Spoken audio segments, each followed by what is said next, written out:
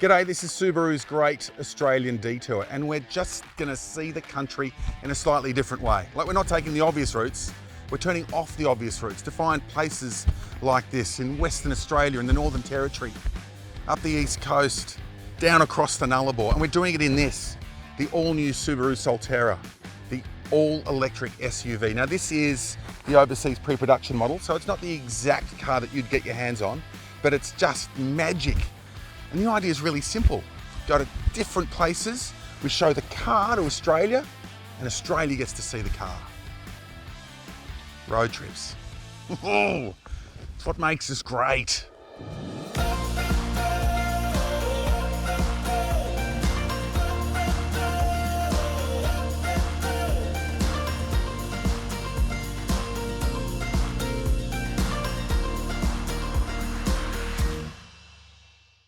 I've come to learn that the open road is still the stuff of legend. It's not another time or another place, it's now, just as it's always been. Only you might have to search a little harder to find it.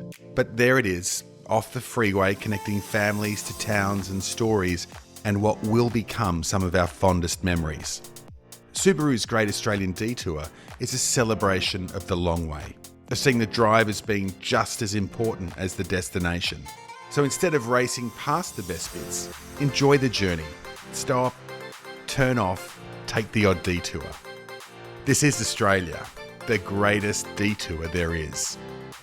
As you'd expect, Australia's biggest state delivers no matter how you try it. From above, below, and in ways that will remind you of your place on the planet. Non-waiver back there, his loss. Hey, look, we're coming into Exmouth. Now, this is genuinely a fantasy destination for years. I think 32 years ago, I got as far as Monkey Mire and went, oh, Exmouth.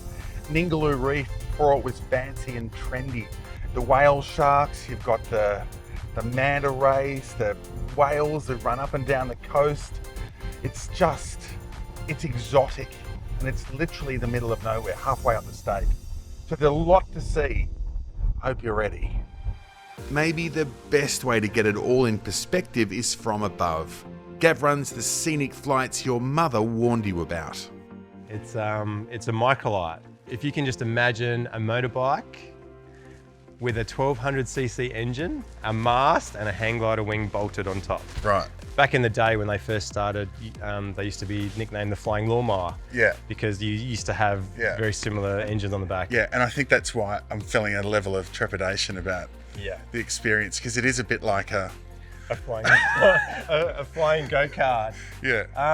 Yeah, they're very safe, Andy. You're gonna have a wonderful time. Okay. It's a really cool way to fly. All right. So what will we? I know. Look, literally, we're going to go over the canyon, and Ningaloo's right there. Yeah. So our flight plan is to take you up over the canyons, nice and high. Yeah. We'll fly across the Cape at 4,500 feet. Yeah. And we'll drop down onto the reef at Turquoise Bay, which is one of the most famous parts of the coastline here. Beautiful. Yeah. And if you have never seen it from above, just you wait, mate. You're going to love it. Okay. It's going to blow your mind. All right. Well. Yeah. What do you reckon? Let's do it. Let's do it. Are you ready for this? No. All right. There we go.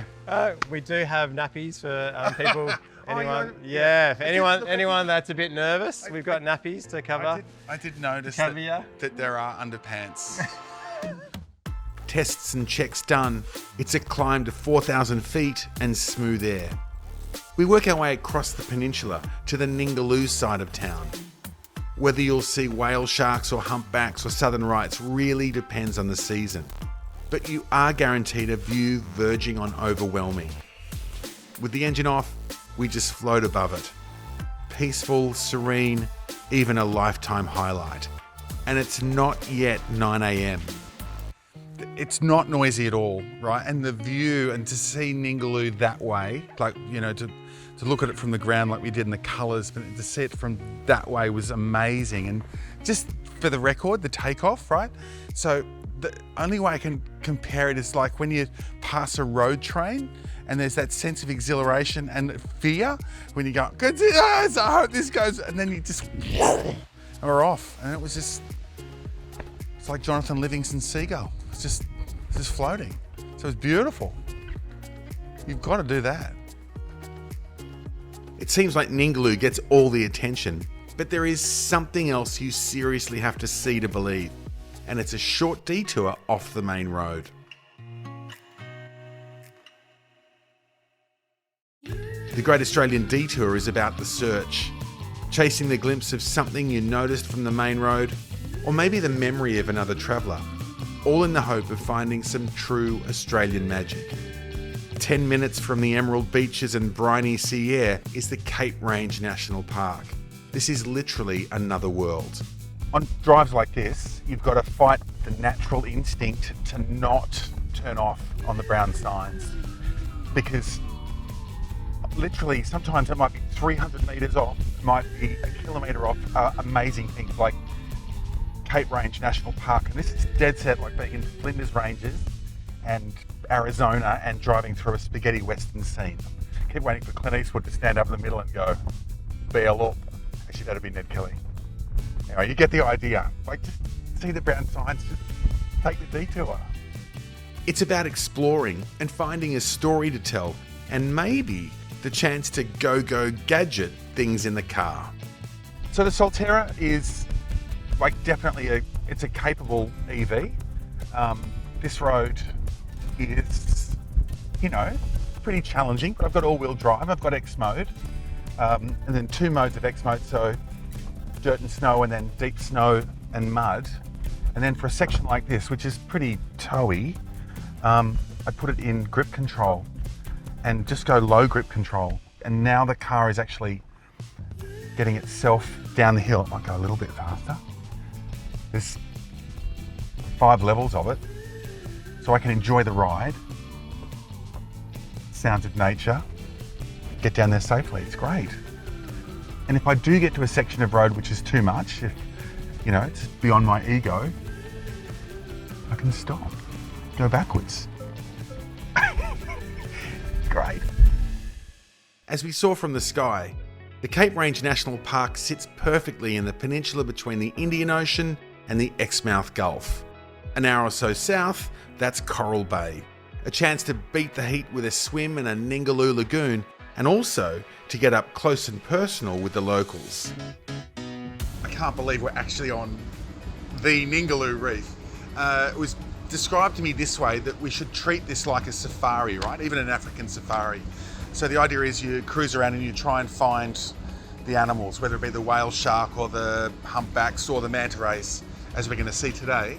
But there's no guarantee because they're wild.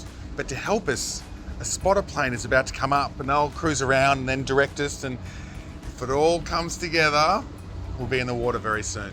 It's good to be here. Nick runs the tours. He's the man with the plan.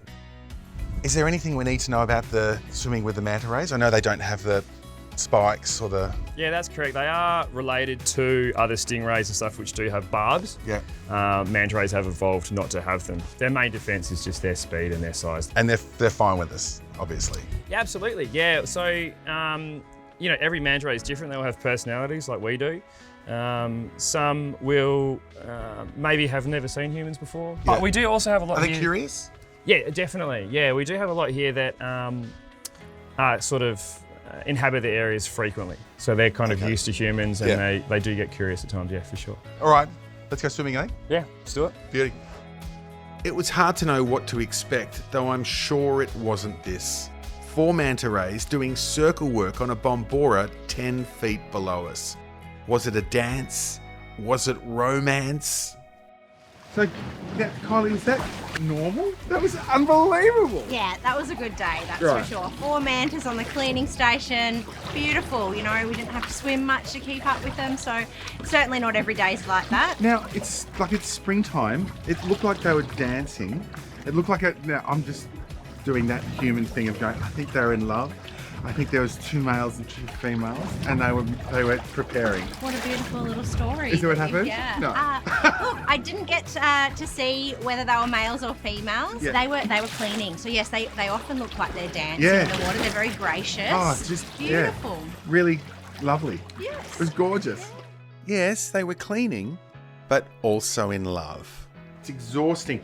I'll have a little nap, You go, I don't know, go swim with something, go see something, go do something, but not for long. There's more after this. As hard as it is to leave Exmouth, Carnarvon is calling. That's coming up.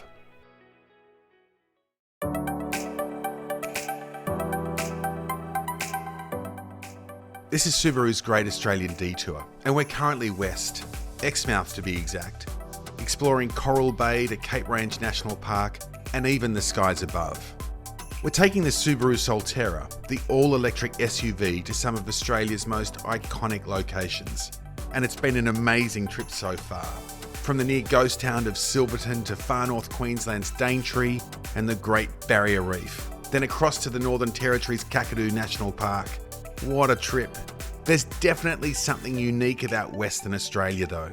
Beautiful Lake Argyle, the pale blue water of Cygnet Bay, and I love the red Pindan at James Price Point. But I think it's this part of the West Coast that feels like nowhere else. I'm quite looking forward to Carnarvon, and Carnarvon's quite different. It is on the coast, but we'll concentrate inland. There's a beautiful range to show you. I think there's a hot springs there as well, a Fruit Loops. Not the cereal, it's a Fruit Loop. It's good, looking forward to it. Carnarvon is at the mouth of the Gascoyne River, deliciously sandwiched between Ningaloo in the north and the World Heritage listed Shark Bay in the south. As for the Gascoyne River, that's the water source for the Fruit Loop. It's an upside down river, as in it runs under the riverbed at about 8 to 10 metres deep.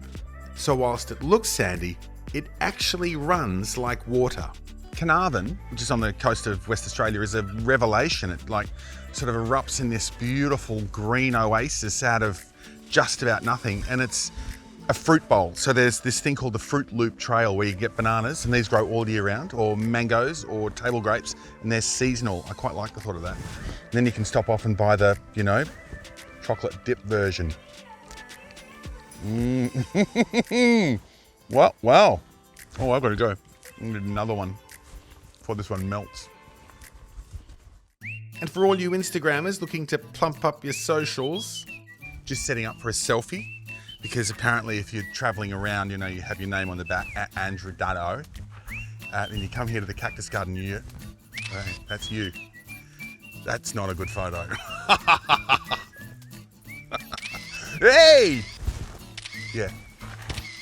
It's all about the photo. Road tips. When you talk to people on the road, you get them all the time. And a hot one, not to be missed, even if you get lost, keep looking for it kind of road tip, was Bilborough Hot Spring. Just so you know, not all the detours work out exactly as you think. This is Bilborough Hot Springs. It's a bore. It was sunk when they were looking for coal. What they actually found was hot water. And it's like you wouldn't have a bath in it. That's how hot it is. So I had this vision of stripping off the mosquitoes and relaxing, but no, not here. So we'll roll on and see what our next spot gives us. It's cool though. No, it's hot actually. It's all part of the story, of course. The one you take home to your family and friends. I mean, there are detours that were brilliant and then, laughing together. The ones that almost worked out. I have immense confidence for what's next. Australia's most western point, the Byron of the West, with dolphins and emus. We're headed for historic Shark Bay and Monkey Mia, halfway down the west coast and right in the middle of the electric highway.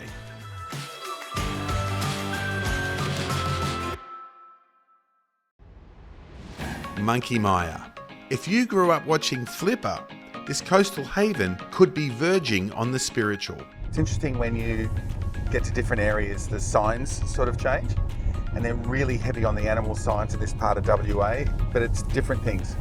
So we're seeing emus for the first time, kangaroos of course, lots of cows, big cows, little cows, and bandicoots. And they could add mice, they could add rabbits, and they could add eagles, because the eagles often spend time with the sleeping animals on the side of the road, with the crows. If you know what I mean. Lots to look out for.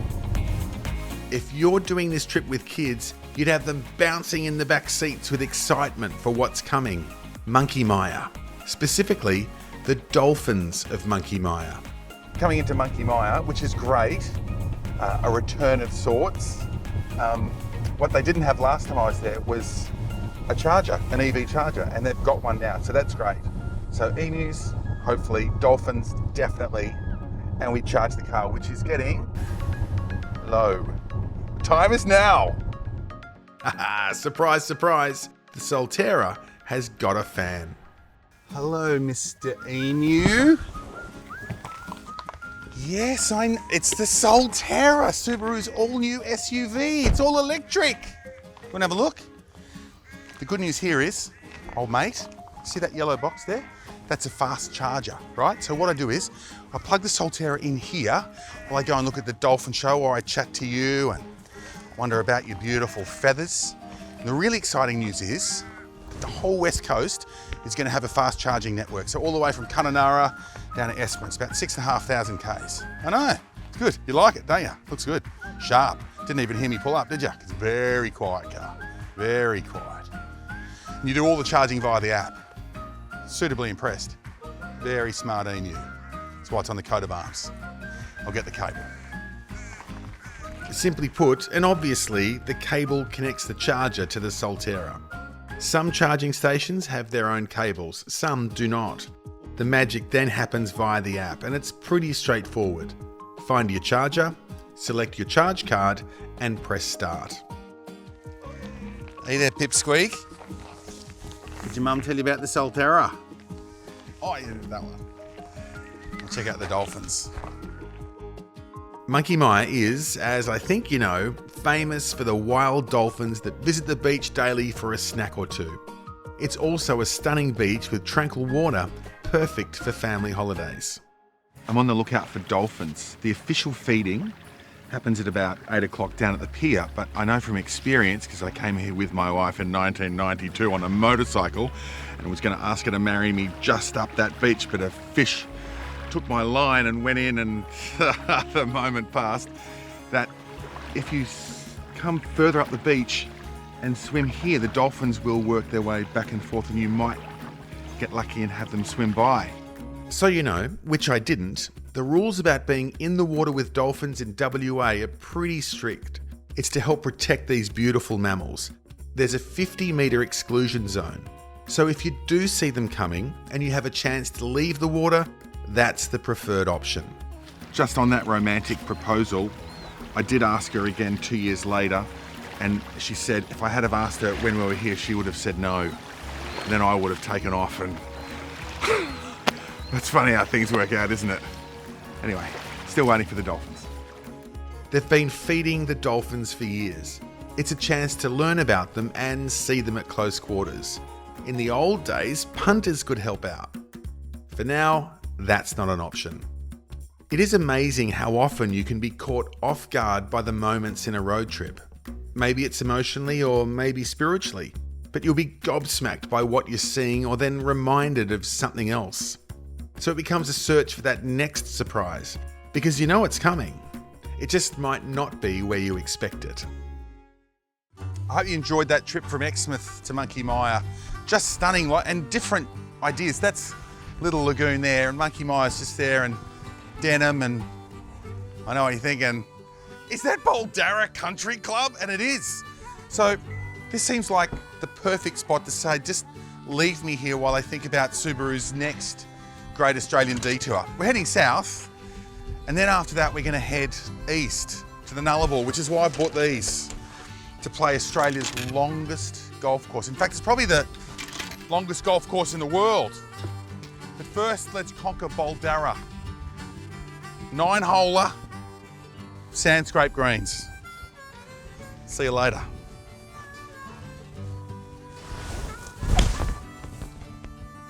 A little toey, bit toey. Yeah, it's all right.